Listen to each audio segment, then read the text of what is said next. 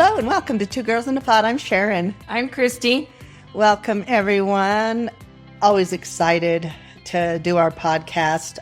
You know, we've kind of been busy with the podcast. You know, for those of you who listen and follow, we so greatly appreciate you. But you'll also notice that we've had a lot of interviews and stuff. But today we're just going to it's just going to be Christy and I kind of. Yeah. Got a little distracted there by the puppy. Mm-hmm. Oh my goodness. You know, they're wonderful to have, but man, is she a handful? Mm-hmm. It's been such a busy time for us, partly because we were doing a lot of the interviews with a lot of amazing, amazing people. And we are just so grateful for everybody who gets on our podcast, shares their story. And, you know, one of the things we did this last weekend was we sponsored Colorado Springs Pride Fest. Yeah, Pikes Peak Pride. Yes, so that was a first for us, and it was a little scary and intimidating if we're going to be honest. Yeah, 2 days, 2 full days, and had a booth there, passed out a lot of flyers and a lot of little freebies, and had a really good time. Then we actually were in the parade as well. Yeah. Which I want you all to know is so outside of our comfort zone.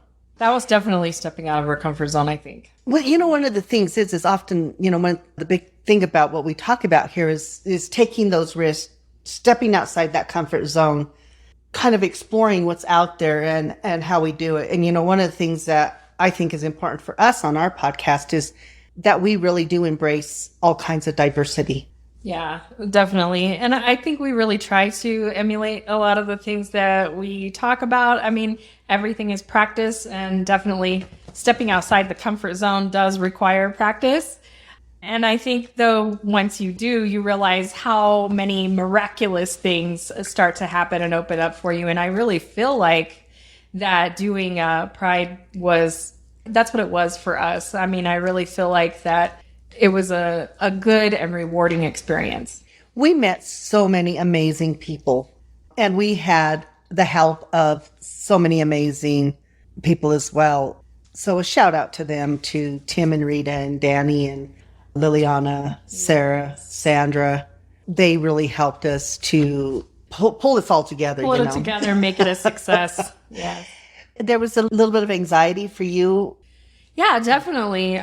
I feel like that at first, even after we got there and got set up and everything, my body started to tense up so much. I started getting a backache. It started kind of turning into a headache. And I think that we don't even realize it, but stuff like that. And something that was even, you know, supposed to be such a positive, which was at the beginning, because I was so outside my comfort zone, it started to impact me even physically. And I think that people don't realize that when you start to do something like that and how it can have that kind of impact. And she kept telling me, well, you got to go talk to these people. They're like, oh God, no, please don't make me. You know, I always tell people I love what I do in my profession. I love being a therapist. I love that one-on-one and even small group stuff. But, you know, you get a whole bunch of people, and that's outside of my element. If I'm doing a presentation, that's different. I know the material, blah, blah, blah. You know, you just go present it. But when you're doing this and it's kind of on the fly and... Well, for one thing... And keeping your energy up. I feel like it's really stepping outside your comfort zone sometimes when you really you're promoting yourself. Oh, you know, that's a really good point, because I think one of the things, you know, and when I talk to people, one of the things that they will struggle with is how do I promote myself without coming off arrogant or questioning, well, why would anybody want to listen to me, or why would anybody want to look at my art? I'm not that good. You know, I think all of those things kind of come into play. So then it becomes harder to promote yourself in that aspect. Do you know what I mean? Mm-hmm. Yeah, for sure. I know that was it for me. I was thinking, this is something that we do. And you would think, you know, how you were saying, if you know the material, you're just going up there and regurgitating. But when it's about you and something you're doing, and you got to believe in yourself wholeheartedly to be able to go out and you promote yourself in that way. Absolutely. And it makes you feel really vulnerable at first. I think it does. And I think one of the things is that this is something that we're very proud of, our podcast. And I think we really want people to be connected to it and to like it. Yeah. Well, as anybody would, I have to say too, I appreciate and I'm so grateful for everybody that approached us that had already even heard of the podcast, that had already been, even just telling us that it's a suggested one for me. I haven't listened yet, but I'm going to check it out. We appreciate that so much. Yeah, and a shout out to the lady who came while we were doing the parade. The parade, yes. To come out and say that she listened to our podcast already. We so appreciate you. Thank you for that support, because it is important. And I think when people are going on these ventures, that are giving something to the community or whatever, there's always that feeling or maybe fear of, what if I'm not doing it correctly? Or what if they're not hearing the message the way I'm trying to give the message? Mm-hmm. And so that makes it difficult as well. Mm-hmm. Exactly. I think there's such thing of that fear factor of having an idea in your head and how you conceptualize something. Mm-hmm. And then when you speak it out, do people hear what you're conceptualizing sometimes? Not that I think the important thing is when we do these podcasts for everybody, is that how we conceptualize it is one way, but however you're interpreting it, if it brings something to you, I guess that's all that really matters when you think about it in that fashion. You know what I mean? Because we talk about that too when we read something, or we hear a song or we watch them. It doesn't matter what it is. Each one has their idea. But you'll often say, I wonder what somebody was thinking when they wrote that. Oh, yeah, definitely. Sometimes songs, sometimes with movies. I really wonder what their perception was, when they put that out there. And I hope that, especially with our podcast, I feel like we always try to come from a genuine place of wanting people to be the best that they can be and to reach their goals. And I think if you're coming from with that pure intention, that good things will come out of it. But yes, everybody has their own perception of things. And granted, we cover a lot of topics. If anybody encountered us while we were there, we were saying how many different things that we do cover and how many different kind of people we have on. So not every single episode will probably resonate with everyone. Yeah. But I think the other thing that's really interesting or is important to us is one of the things we realize is that every single human being has a story. Everything from the beginning, from their birth to where they are at that moment, whether you're 2 years old or 20 or 80, it doesn't matter. You have a story. And I think that's what's important to us is the story. Because I tell people, people sit there and say, oh my God, you're covering Bigfoot. But the thing is if you got to listen because it's the story. It's the journey. Mm-hmm. This is our journey. And once again, it's really pushed us or motivated us. I don't know which it is. Sometimes I feel like a push to step outside of that comfort zone, to do those things that are scary. And as Jen Sincero says, if it scares you, do it. Yes. That's the time to act. Because the greatest things can come out of that. Because a lot of times we keep ourselves in a box and it prohibits us from doing so many things that we would actually enjoy if we would give ourselves the opportunity. Because one of the things we both said is we did not realize how much we would enjoy the parade.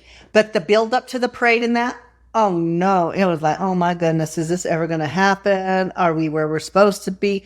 I mean, and also then having an appreciation for the people who coordinate this, because it feels chaotic, but it comes off.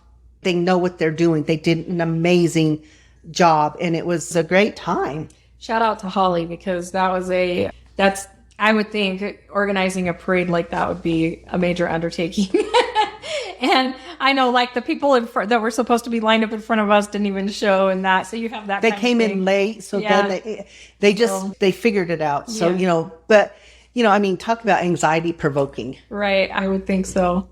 And then you don't want to get to a place when doing something that you get to that place where you're thinking so much about it that it turns to this place of anxiety and worry. Right. And how do you kind of, to keep from going to that place, waking up in the middle of the night, oh no, did I do, and all that other stuff. How do you do that? Well, one of the way I think sometimes is, and what we do, I think, is we really have those conversations where we're doing more of that critical thinking. We're doing more of that organizational stuff, because when we start to do that, I find that as that goes up, anxiety goes down because it's almost like you then have a plan or something. I don't know. Well, exactly. I think that that's what goes into critical thinking. I mean, talking about the difference between that, there's, people that have their mind going all the time with worry. Worry is not an act of being able to change anything. And all it does is, just eat at you. So, but if you're doing critical thinking, you're actually coming up with solutions, you're planning, and communication definitely goes into that. Well, and I think that's the thing. I always tell my clients, when you worry and you have all those thoughts in your head, you're like that hamster on the wheel. The hamster thinks that they've done a lot and they're going a lot of places, but they're not. They're staying stuck in one spot, just spinning. And I always tell people to stop that, get off the wheel, go into thinking, go into planning, go into all of those things that are going to help you get from point A to point B. Yes. We'll have those moments. And I think we had a few of those moments with this whole, well, first off, we thought Pride was still in July. And then we said yes. And it was like, oh my God, that's June 10th and 11th. What do we have time? We don't have our t-shirts made. And then it was like all of these things started to, but you have that moment of, oh my God, panic. And then it's like, we just started talking about it. We started saying, okay, if we can't get this done, what can we do here? Yeah. Yeah. Communication is a really big thing. And I feel like that it helps you to step beyond that place of fear and actually take the action needed. It just made me have a memory of our wedding when we get all of our tuxedos and our dresses there. Okay. And the one who's standing up with me comes and the pants don't fit. Yeah. They're too short. And we're there like, what do you mean? We're getting married. What, 40 minutes? And what do you mean your pants? And you have that moment where panic, everything. And it's like, oh my God, we're going to have somebody with big old high waters. They were beyond high waters. And then we had to stop and think for a minute. Remember? How can we do this? So we ended up swapping. Yes, thank goodness one of the other ladies was shorter. So the tuxedo fit her perfect. The dress went to mine and we worked it out. But that moment of panic of like, oh my God, we have 125, how many ever people out there? And we don't even have people with clothes that fits. That works really good when you have, all 6 females and they don't mind wearing the tux or the dress. So that works really good. It did. But it was that moment of panic. And had we stayed in that, it would have been a fiasco. Right. We might not have even thought of that as a solution. Yes. But being able to sit there and say, oh my gosh, what can we do here? And then it was like, and thanks to Marcia and Mary Jane for helping us out with that. Yeah. Because it was like, oh. But once again, those situations are going to come up. You can stay in that place of worry. And you're right, that worry it's not an action. It feels like an action, but it's really not an action. Whereas when you sit there and say, and also I work with this with my clients a lot. Pause, think, what is it? Even if it's communication and they get where they're getting tongue tied because their anxiety is going up or whatever's happening. Now it's a pause, take a breath. What is it you feel the other person has to hear? What is that message? Only speak the message. Remove the emotion. And that's kind of what through this whole thing is one of the things that we've learned is how do you remove that emotion in order to... Exactly. I feel like for critical thinking, that is one of the key things is having that emotional intelligence, being able to step away from the situation emotionally, take that emotional charge out of it. Exactly. I think the thing is we can encounter that very quickly. It can happen in an instant. It can be at work. It can be in a conversation with in a relationship you're having. It can be with strangers, whatever. That emotion starts to override. Yeah. Always love that too when people in parking lots, somebody goes and takes the parking spot. What? Well, what would they do? That was my spot. Like they knew that. That is that. Then all this emotion comes up, and then that's why we have all of these things where people get angry and act out and do all these things. It's because you're not critically thinking. In the grand scheme of things, that park spot really is not yours. Mm-hmm. Yeah. But we're probably all guilty of it. That's why we have shows like Snapped, where people just lose it. Really, it's like, what are you doing? And I think that's the thing, because we're so used to that emotion driving so much of what we do. Yeah. That we're not teaching that emotional intelligence. We're not teaching when to pull that emotion in. Not teaching the pause to be able to get to the place where you can do critical thinking about a situation. Oh, exactly. And, every once in a while, there's times where we'll get kind of wound up, and then it takes, if you're wound up, I'll be there like, what are you doing? Well, Or you'll be there like, why are you upset about that? Or why is that bothering you? All we have to do is this. And I'm there like, oh, you could have told me that 5 minutes ago. and I think it really comes through, like when you and I are talking about situations that, obviously are out of our control. It's stuff in society, things that we feel strongly about. We wish were different for people, but the thing is that none of that can change without it changing on a personal level first. Each one of us making those changes within ourselves is what creates the change in society.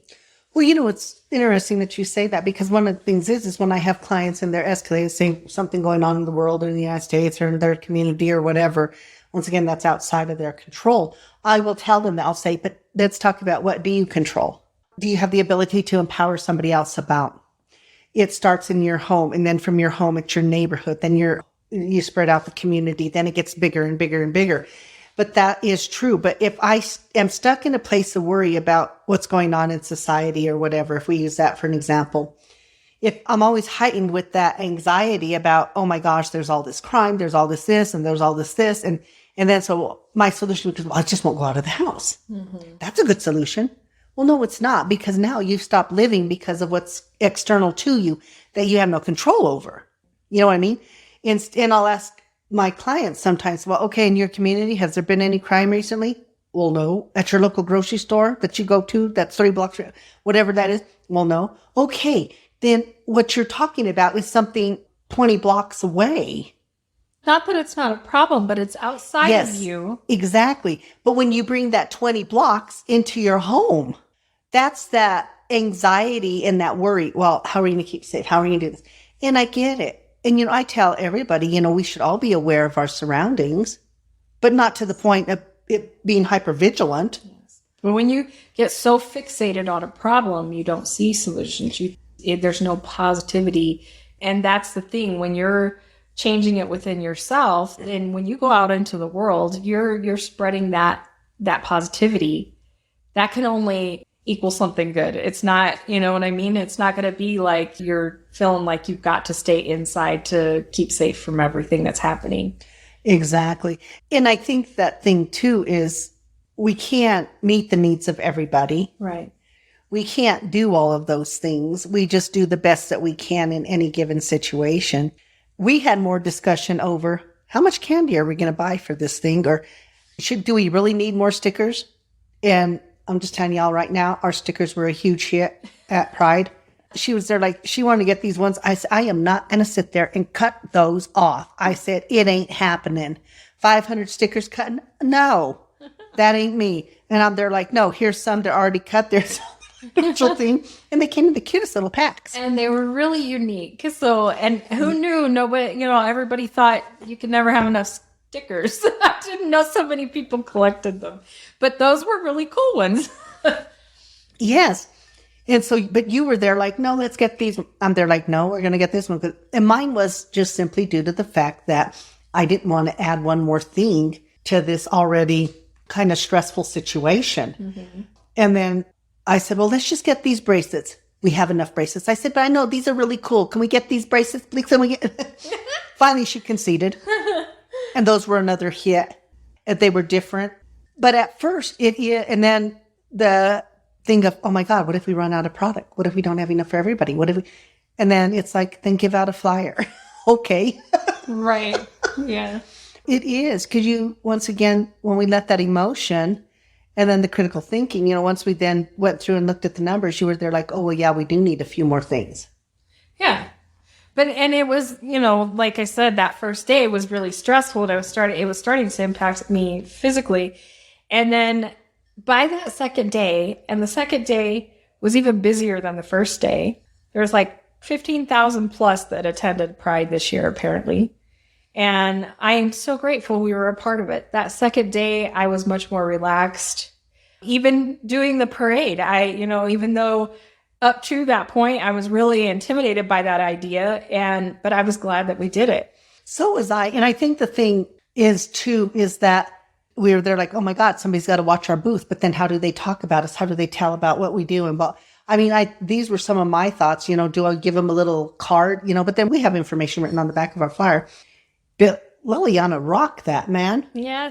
My goodness. Yeah. She, hire her, man. She's going to be great PR. Yeah. She knew how to promote. Yeah. So, and once again, it was such a fun time, but there was also those things, and I loved everybody who stopped and talked with us at the booth. And yeah, we got lots of business cards. We got lots of people who wanted to do podcast. How do you do that? So we kind of talked with them about that. And I think just about encouraging people to be the best version once again of who they are. Mm-hmm. And I think that was one of the things we heard a lot of was, oh, that's so cool that it's about being mentally strong and things like that. Well, and one of the things that we really focus on is empowering people. And, when people come to us with questions about podcasting or those kinds of things, I'm always we're happy to share that information because we want everybody to be successful. Yeah, it's not a competition. Right. Where they're like, there's a bajillion people in the world. Everybody can take their little piece of the pie and still have a pretty good sized piece of pie. Yeah. It's kind of our mentality with it. And that's that thing too, of paying it forward. All of those things that I think are really important. Right. But once again, if I go to that place of, well, I can't give Christy that information. What if she starts taking my audience? Well, what if I don't have this? And what if I don't have that? And what if she has more? There goes that hamster on the wheel with the worry. Yeah. Instead of, oh my gosh, there's a billion people. Yeah. Christy can have her podcast. Well, not only that, it's just there's just a lot of versatility. A lot of people like different things and whatever they want to do a podcast on, that's great because there's going to be an audience for that. Absolutely. And I think that's kind of the thing too, is, even the other thing you talked about earlier, and, when you talked about promoting yourself, I am amazed at some of the people who have the ability to do that. Mm-hmm. You know what I mean?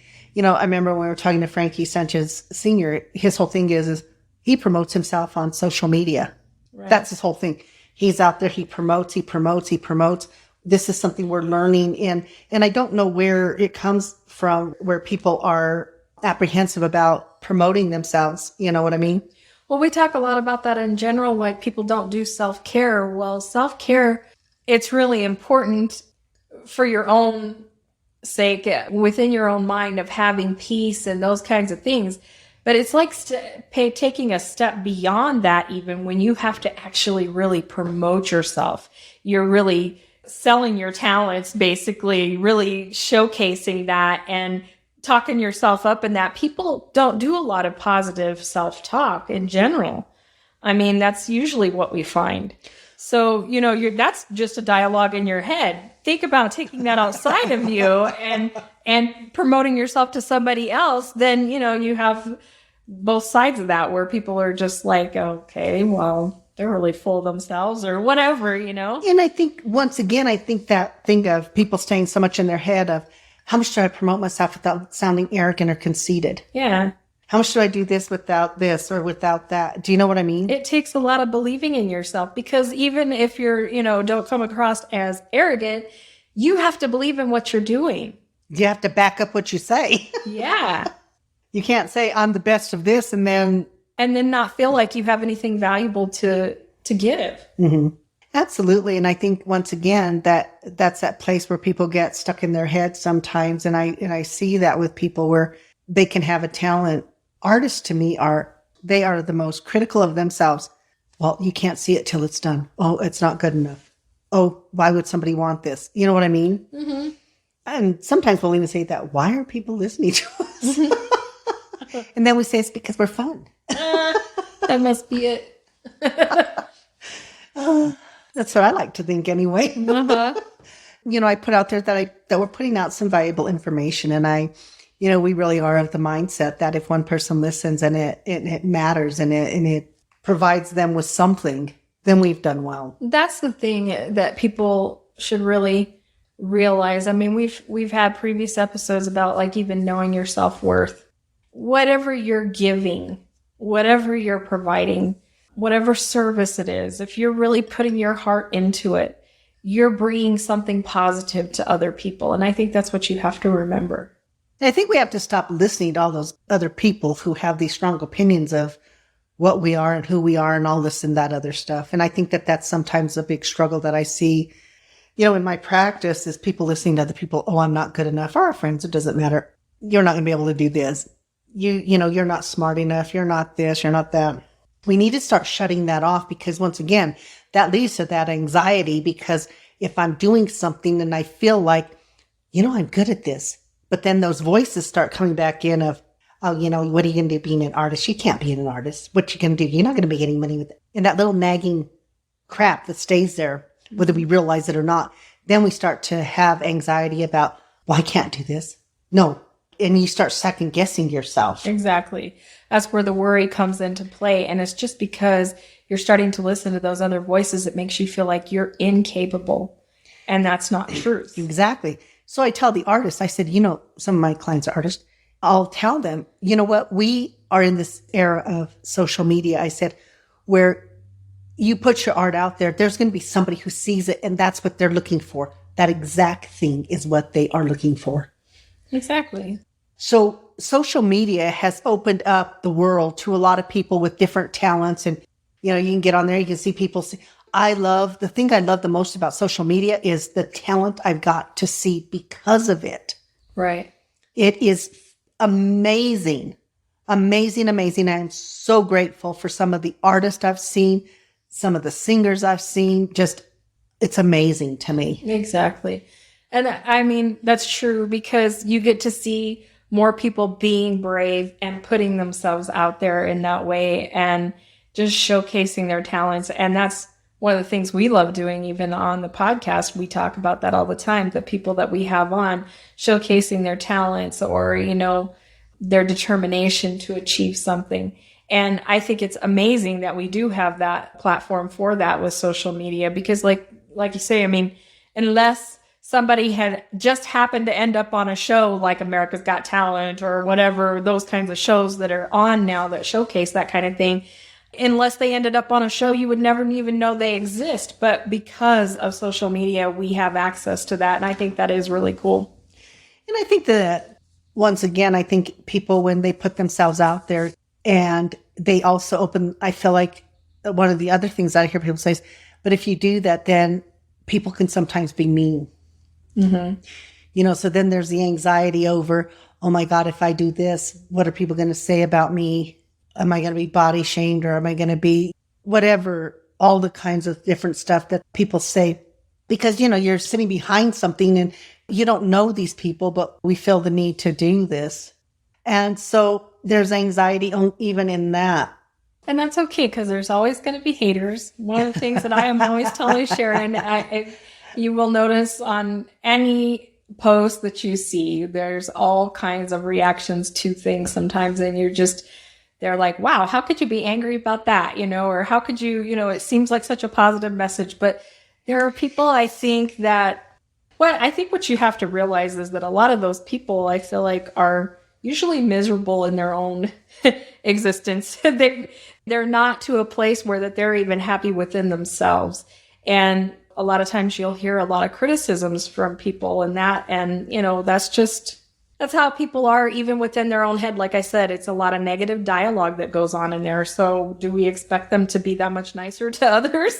I mean, I don't know. There's that. True. But, I think that you have to move beyond that. Like you say, stop listening to all the background noise. All those naysayers. Yeah. That tells you can't because you know that you can. And it just takes practice.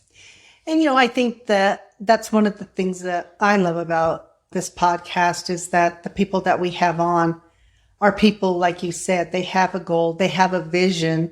And if we can give them a platform for that even to get one more person, whether it's AJ, the MMA, getting another person who says, oh my gosh, I'm going to go watch because of him, or Frankie Sanchez Jr., I'll watch that boxing match. I didn't know boxing could be fun. All of those things, Suzanne. Oh, watercolor, whatever it is. I didn't know I could appreciate that. Whatever it is, poetry, all the different things, all the different people we've had on with just those ideas and that thing of finding somebody who needs that. Mm-hmm. Sometimes they need somebody who, oh, well, he's from a small town and look, they could make it, or whatever. Mm-hmm. I think those things are super important. Yeah, exactly.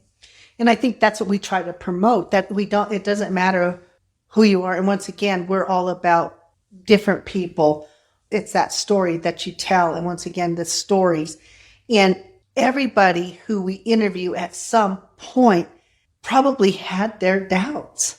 Oh, definitely. You know what I mean? Am I going to be able to make it?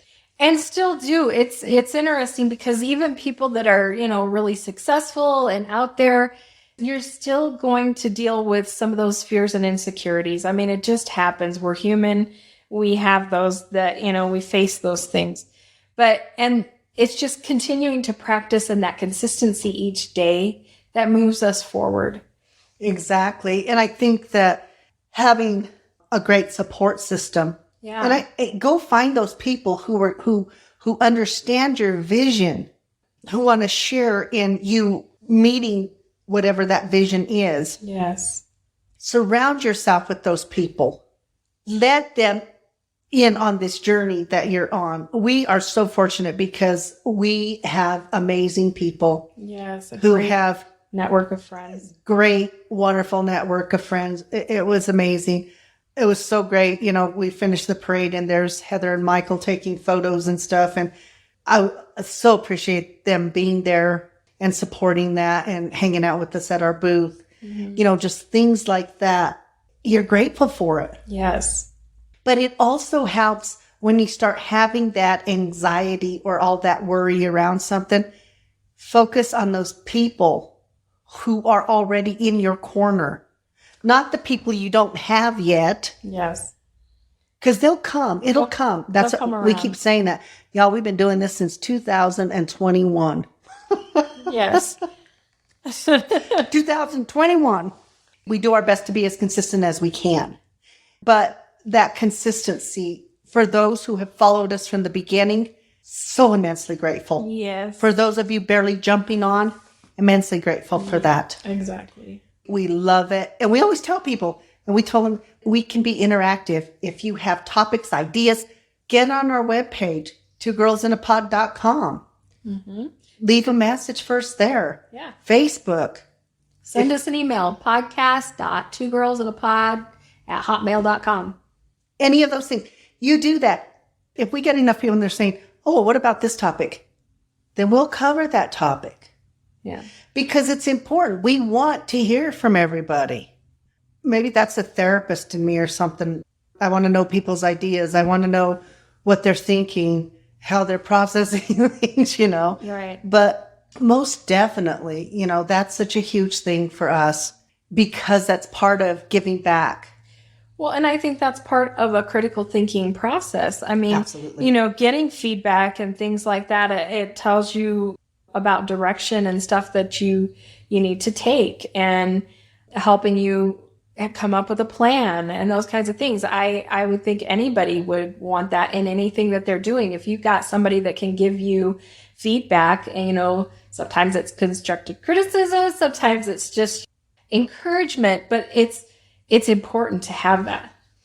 Well, and I think that's the other thing too, is when you do get that feedback, you often find you were worried about something that you created. Well, worry is all created in our head. It doesn't exist outside of our head.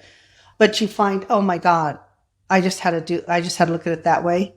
Yeah, you realize that some of your fears are how unrealistic they are, That's one of the cool things I love about being a therapist is, somebody comes into my office and they're talking about this and I'm kind of looking and saying, did you ever think of it this way? And they'll be there like, what?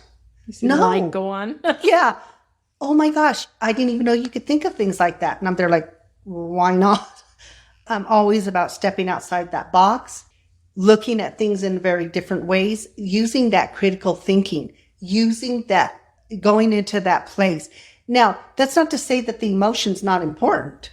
It's very important. Acknowledging the emotion is important. But then saying, okay, now that I have it, now what do I do differently? And particularly if it's something you don't like, if you're having a feeling you don't like. Or it's a criticism that you've received or that. And you have to be able to, okay, you hear it, let go of the emotion and move on from there. You know, I always tell, this is another really big thing, is I always tell people, you know, if somebody comes to you and is critical of you or has an opinion about you, always tell yourself in your head, that is their opinion, that is their truth, it is not mine. Right.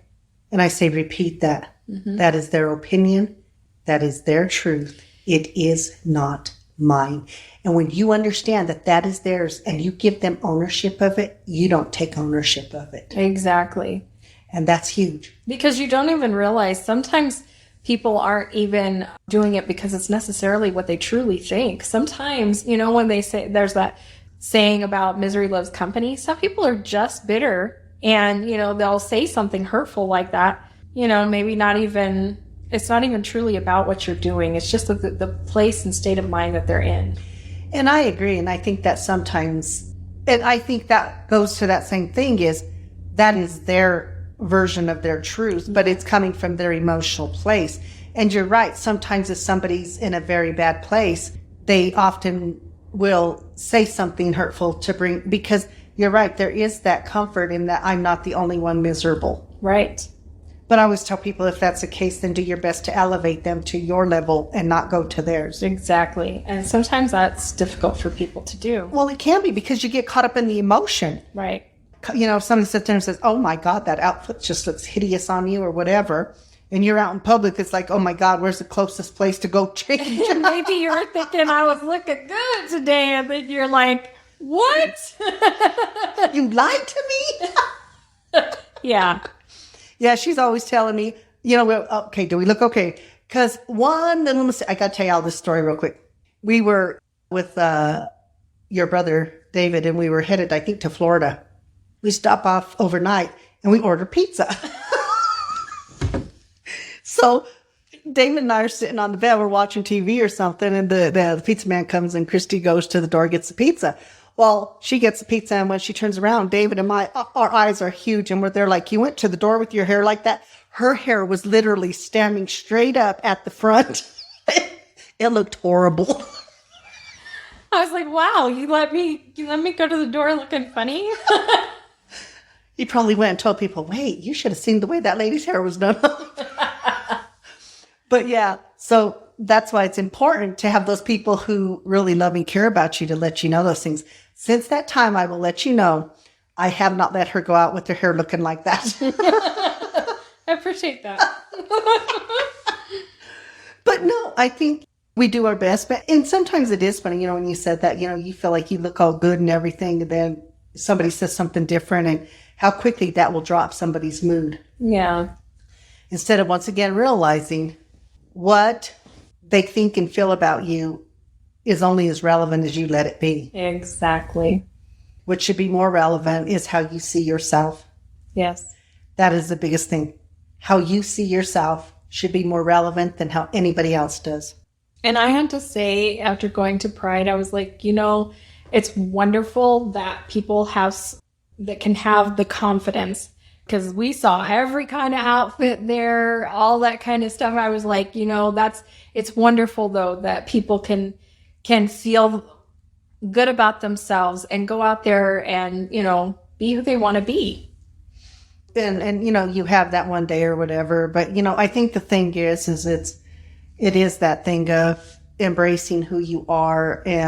But once again, we get so caught up in that worry, anxiety, and can stay there longer than we need to. And you know, you sit there and think, oh my gosh, you know, you worry for 20 minutes about something. That's 20 minutes you don't get back. Mm-hmm. It's done, gone. And then oftentimes, I don't know if you all out there too, you'll worry about something, and then the time comes or whatever, and it's almost anticlimactic because nothing happens. Yeah. And they're like, what? Oh my God. Whatever you were worried about wasn't even an issue. Exactly. Yeah. But how often that happens where people will work themselves up over stuff. Yeah. Once again, when I'm working with clients, I'll be there like, is this your problem or somebody else's? Mm-hmm. What do you mean? I said, still not your problem. People have a big problem with that, because I think a lot of times, well, when you love and care about somebody, you're trying to fix something for them. And you're really not, it's not about you. A lot of times people struggle with that, I think. That's where you can sit there and you can be supportive and stuff. But, these people have this idea of, oh my God, I got to make somebody happy. You talk about staying in a place of worry all the time. You're always worried, am I making them happy? Or you're always worried, am I good enough? Or am I this or am that? In which case, now you're not having a relationship that's healthy, or you're not even being healthy. It's really being able to shift that, to go to that place of really sitting down and giving thought to something. Mm-hmm. And the thing is that it makes it complicated because we don't change a thought with the thought. Okay? So, when people go, okay, I'm just going to think good thoughts, the brain goes, really? Seriously? I don't think so. Yeah. The thing is we use our other senses. We start to believe. We have gratitude. There's all these other things that we can do in order to change some of those thought processes to get us out of that place of worry and that. Or also the best, and another way to do it is, once again, if you're in that state of worry, is go to critical thinking. Say, okay, wait a minute. What do I have control over? What are some things that I can do to change this situation? Right. Because then I get to that place of looking for solutions. Mm-hmm. And oftentimes people, this is interesting to me too, they'll get stuck with two options or two solutions but neither one really feels right. And they're like, what are you doing? Why just those two? And they're like, what do you mean? And I'll say, for every problem, there can be multiple solutions, but we will get fixated and we will think there's only two. And then we struggle between those two. Uh-huh. And if we stop with that and we take that step back, sometimes we'll see a third solution or a fourth or a fifth. Mm-hmm. But you can't do that unless you take that step back, like you said, and look at it more critically. Yeah. Practice the pause. Yes. Mm-hmm. That is so important, to practice that pause, to take that breath, and then to see, what can I do differently? Let go of the emotion. Yes. If I'm doing stuff that's outside my comfort zone, pause. Take that breath. Yeah. And say, look at what stepping outside your comfort zone, what is going to be the benefit of it? Mm-hmm. Why am I doing it? Right. That was one of the big things with us with Pride was, what is the benefit? We get to reach more people. We get to engage with more people on a personal level, just sitting there chatting with people and stuff, which is really important. Not only networking. Yeah. Not only gaining listeners, hopefully that, it resonates with people, but also those contacts that we made, to maybe eventually have on the podcast because they have a dream or a story to tell. Mm-hmm. And, once again, there's anxiety around all of that. There's anxiety around taking that first step, stepping outside of our comfort zone. But have the anxiety, but then switch to that thinking mode where you say, what is the plan? What is the goal? What are my steps? Yeah. And know there's going to be anxiety. Mm-hmm. Give that short focus to it that you have to. Then realize the anxiety is my motivator. Yeah. The anxiety is my motivator. And then step away. Shifting back to your main goal and focus. Because if you can just take care of what's right in front of you, that's like one baby step forward to your goal. Yes. And it's not about thinking about all of the end result or all the other things that have to happen because that's overwhelming. Just focusing on what the task right in front of you. Exactly. So for us, it was a super exciting week. It was stepping outside of our comfort zone, having that anxiety, having to switch to that critical thinking to make it more successful, to realizing that stepping outside of that comfort zone wasn't as scary as we made it out to be, as often is the case. Yeah. But it was fun. We appreciate everybody who stopped at our booth and chatted with us, and we had an amazing time, and we're very, very grateful for it. Yes, and hopefully that people are feeling more empowered. Yes, that's really the big thing. We are super excited. Next week, we'll have another guest on. Yeah, Georgie Goshi. And we're very excited about that. She's local to Springs, and she's going to talk with us a little bit about her practice and the cool things that she is doing in the practice. And so we're super duper excited about that. Mm-hmm. I guess for this week, the message is step outside your comfort zone. Be brave. Be brave. And also know when that anxiety starts, shift it to that more critical thinking, to looking for those solutions, for helping the critical thinking keep you focused and on task with the goal that you're trying to achieve. Keep believing in yourself. Yes, being the best version of you that you can possibly be. As always, we are super grateful to everybody who listens, and we appreciate it. And thank you so much. Have a great week. Yes, bye. Bye.